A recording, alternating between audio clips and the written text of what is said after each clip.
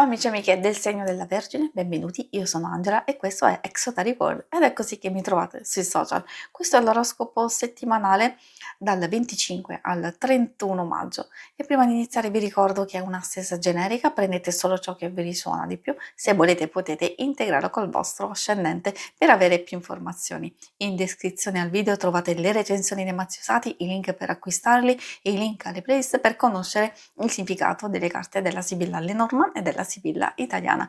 Vi invito a iscrivervi e abbonarvi al mio canale per sostenere il mio lavoro. Vi ringrazio moltissimo se lo farete o l'avete già fatto. Adesso partiamo con la lettura, andiamo a vedere principalmente le energie che si muoveranno nella settimana, i segni zodiacali da attenzionare e poi vedremo l'ambito amore, relazioni, il lavoro e le finanze. Come prima indicazione troviamo la luna, un inizio un po' sottotono perché magari ci sono delle influenze negative, delle questioni del passato che non vi permettono di essere lucidi, di avere sbalzi di umore o dei cambiamenti a livello esterno e quindi portarvi instabilità. Spesso associata anche a ricordi, al passato, che si ha difficoltà a lasciare andare, delle situazioni che sono ancora in corso di sviluppo, però insomma magari o non sono tanto positive o comunque sono un po' pesanti da sostenere. Ricordo che è anche legata ai sogni e ai desideri, magari abbiamo proprio bisogno di ascoltare il nostro intuito, di ascoltare quello che abbiamo dentro proprio per cercare le soluzioni giuste e quindi tirare fuori quello che abbiamo a disposizione e metterci nel giusto percorso.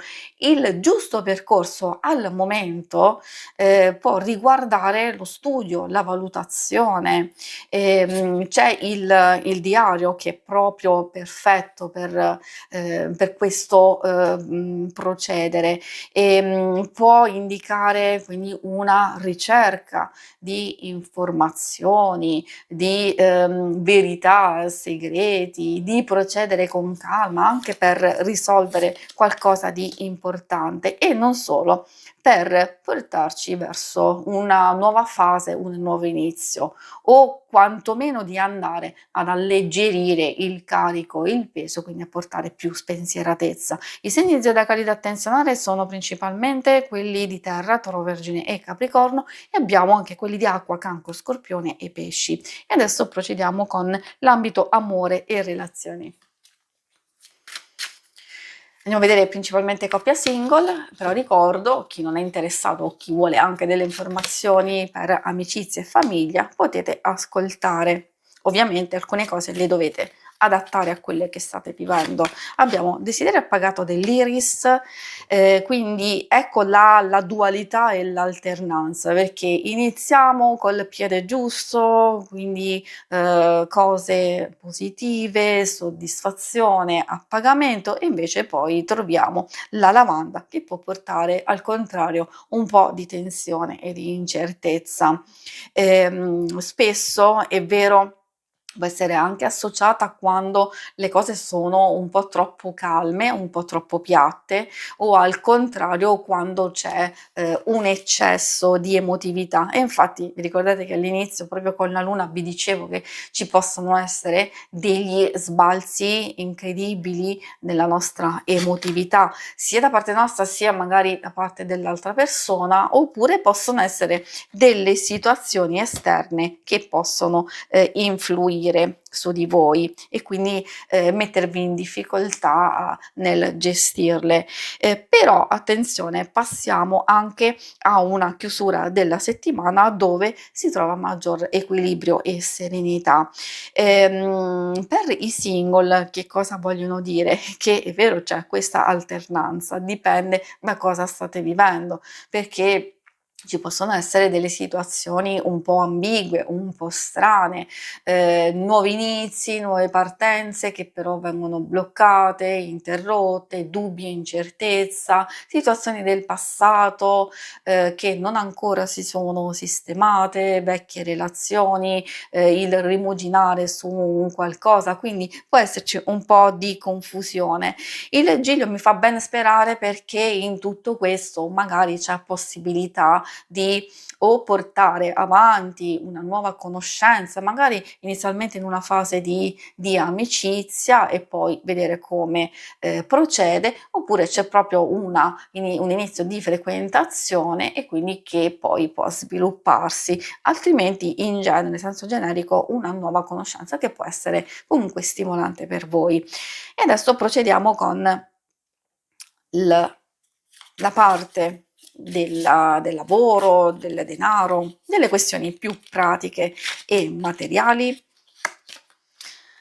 dove troviamo la malinconia. Ecco, a proposito di sbalzi, non solo di umore in questo caso, magari sono anche questioni a livello pratico che ci possono stressare e togliere energia, o forse delle cose che al momento non ancora si muovono nel verso giusto. Forse è per questo che le energie principali richiamano l'attenzione sullo studio, sulla valutazione, sulla possibilità già di andare a migliorare qualcosa.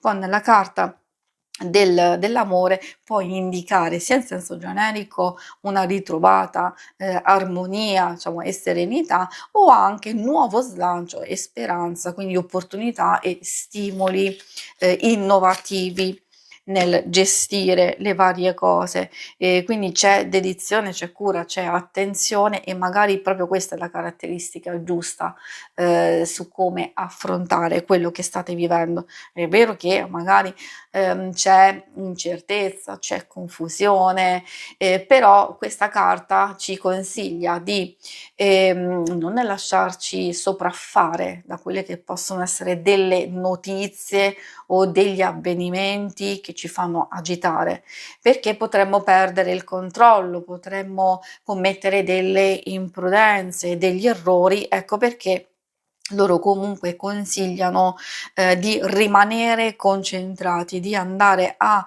privilegiare un atteggiamento che deve essere in equilibrio, in armonia, proprio per non eccedere, come vi dicevo, soprattutto per non commettere errori.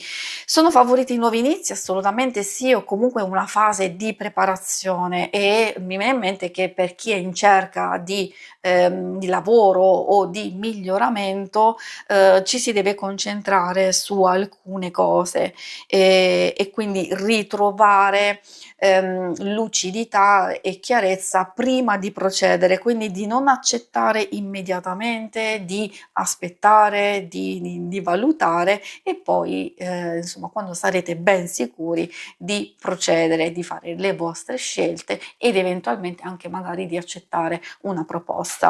Si conclude qui la lettura, vi ringrazio per avermi seguita. Se volete, in alto a destra trovate il logo per iscrivervi al canale, mentre in basso trovate le schermate per vedere il vostro oroscopo mensile e lunare quindicinale. Alla prossima, vi auguro una buona settimana, ciao!